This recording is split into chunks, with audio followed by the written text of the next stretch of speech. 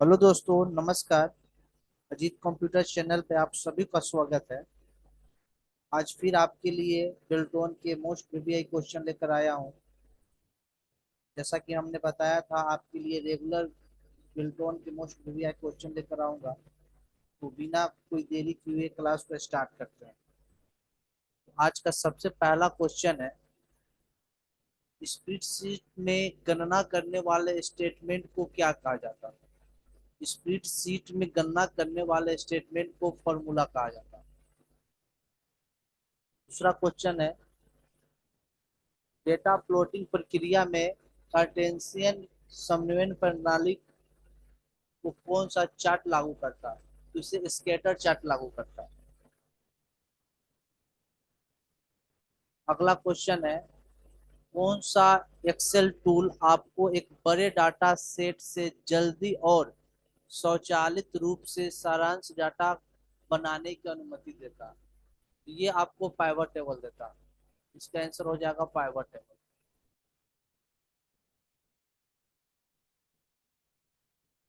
अगला क्वेश्चन है, इस सूत्र का आउटपुट क्या होगा? इसमें फैक्टोरियल पूछ रहा है। फैक्टोरियल 0, फैक्टोरियल 3 और फैक्टोरियल 5 का जोड़ क्या होगा? देखिए, फैक्टोरियल 0 का आंसर 1 होगा, फैक्टोरियल 3 का 6 होगा, फैक्टोरियल 5 का 120 होगा। अगर तीनों को जोड़ा जाए तो इसका आंसर 127 आएगा। अगला क्वेश्चन है, निम्नलिखित एमएस एक्सेल फॉर्मूला का परिणाम क्या होगा? इसमें दे रहा पहले इवेन 3 प्लस ऑड 8। अगर इवेन 3 का निकालेंगे तो ये 4 होगा, ऑड 8 का निकालेंगे तो ये 9 होगा। दोनों को जोड़ देंगे तो आंसर हो जाएगा 13। इसका आंसर होगा 13।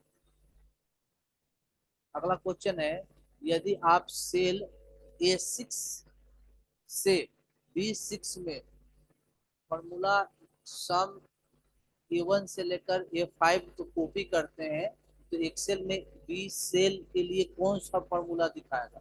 वहां यानी A6 से कॉपी करके B6 में ले जाएंगे ना, तो इस फॉर्मूला को, तो वहां पे क्या दिखाएगा? तो वहां पे आंसर दिखाएगा आपका, वहां दिखाएगा कॉपी करने के बाद सम B1 से B5।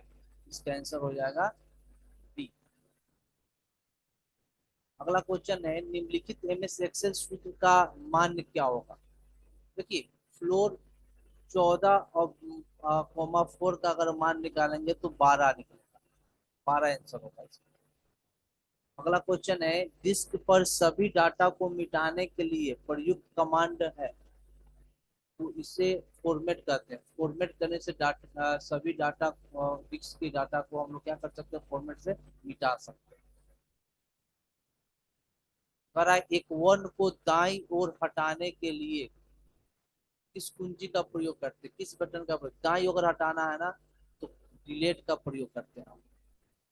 और बाईं ओर हटाना है तो बैक स्पेस का प्रयोग करते हैं। निम्नलिखित में से कौन सा कार्ड मूल रूप से द्वितीय पीढ़ी का मल्टीमीडिया कार्ड है? देखिए, द्वितीय पीढ़ी में सिक्योर डिजिटल कार्ड आ गया था, एसडी कार्ड। निप्पल क्या है? वो ग्रुप ऑफ 4 बिट्स, यानी एक निप्पल बराबर 4 बिट्स होते हैं। इसका आंसर हो जाएगा ए। अगला क्वेश्चन है कि जब कोई व्यक्ति किसी अन्य के खाते या अन्य विधियों का उपयोग करके किसी प्रोग्राम, सर्वर और सेवा तक पहुंच प्राप्त करता है, तो इस ग्रुप को क्या जाना जाता है या क्या कहा जाता है? इसे अनएथोराइज्ड एक्सेस कहा जाता है।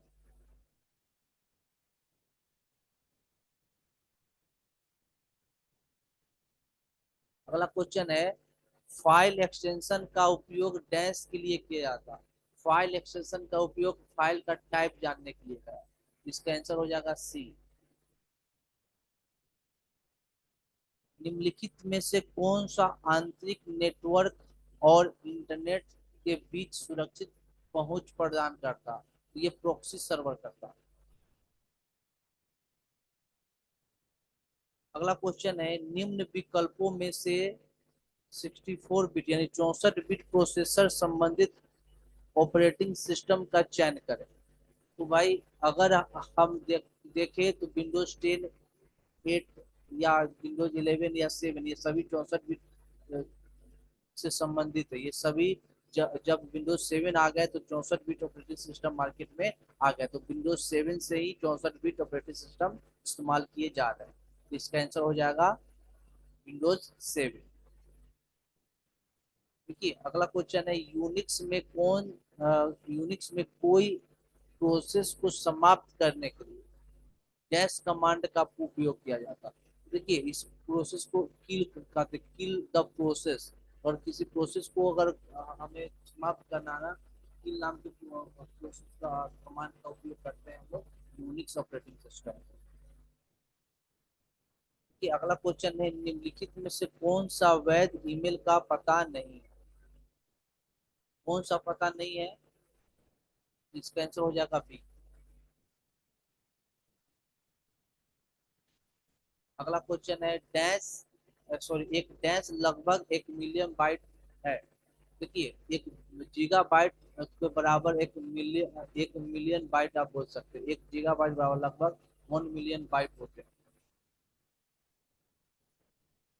वर्ल्ड वाइड वेब के लिए एनिमेशन और गेम लिखने के लिए निम्नलिखित में से कौन सी ऑब्जेक्ट ओरिएंटेड प्रोग्रामिंग भाषा का उपयोग किया जाता है? तो ये इसमें जावा का प्रयोग किया जाता है गेम बनाने या ऐसे चीज के लिए ना, जावा प्रोग्रामिंग का प्रयोग किया जाता है। कि माइक्रो प्रोसेसर और मेमोरी इसके महत्वपूर्ण घटक, किसके महत्वपूर्ण घटक है?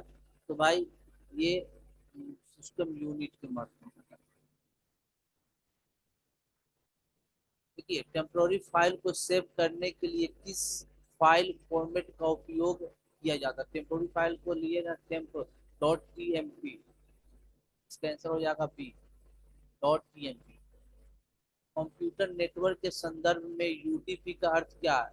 User datagram protocol. इसका आंसर हो जाएगा ए। अगला क्वेश्चन है, वेब कॉलर को किस रूप से भी कहा जाता है?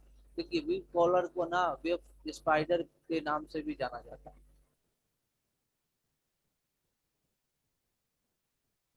अगला क्वेश्चन है, जब प्रोसेसर उनका उपयोग करता है तो डाटा और प्रोग्राम कहाँ संग्रहित होते हैं, कहाँ होते हैं? वो मेन मेमोरी में होते हैं।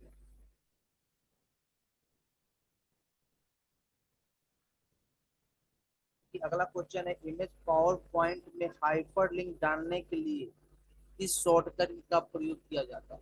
हाइपरलिंक के लिए कंट्रोल के का प्रयोग किया जाता है।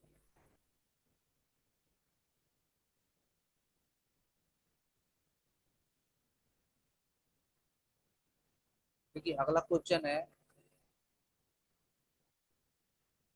पावर पॉइंट प्रस्तुति की सभी स्लाइड के लिए समान पृष्ठभूमि छवि बनाने का सबसे आसान तरीका क्या है?